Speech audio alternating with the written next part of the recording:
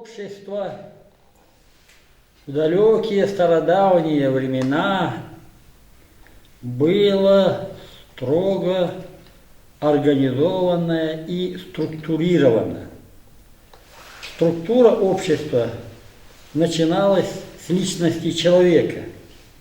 Следующей ступенью этой структуры была семья.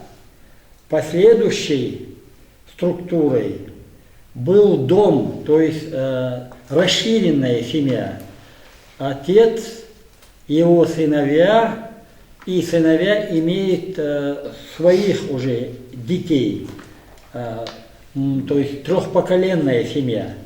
Следующей ступенью структуры чеченского традиционного общества это фамильная часть. С третьей структурой начиналась фамилия ниже следующих страт. Четвертая структурная часть это колено, то есть четвертое поколение людей, коленные люди называлось. Затем шел род, после рода шло племя, после племени шла союз племен, по-другому, по-французски или по-латыни, фратрия, а затем шла нация. Таким образом, традиционная структура чеченского общества состояла из 8 страт.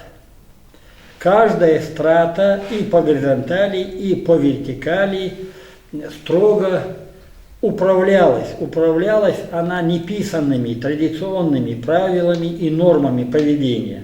Ну, например, первая страта управляется и ответственным является отец семьи. Вторая страта, расширенная семья, управляется хозяином этого двора, то есть нескольких хозяйств.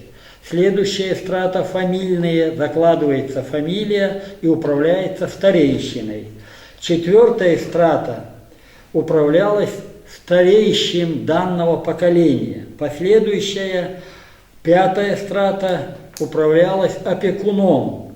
Шестая страта управлялась род, то есть этот род управляется опекуном или ответственным старейшином, а племя управлялось вождем. Последующая страта, седьмая страта, фратрия, управлялась почитаемым старейшиной. И, наконец-то, последняя, нация, восьмая страта, управлялась отцом страны. Так он переводится буквально, подстрочный перевод, по-чеченски мягко «да». Вот так, и из таких структурных элементов складывалось традиционное чеченское общество.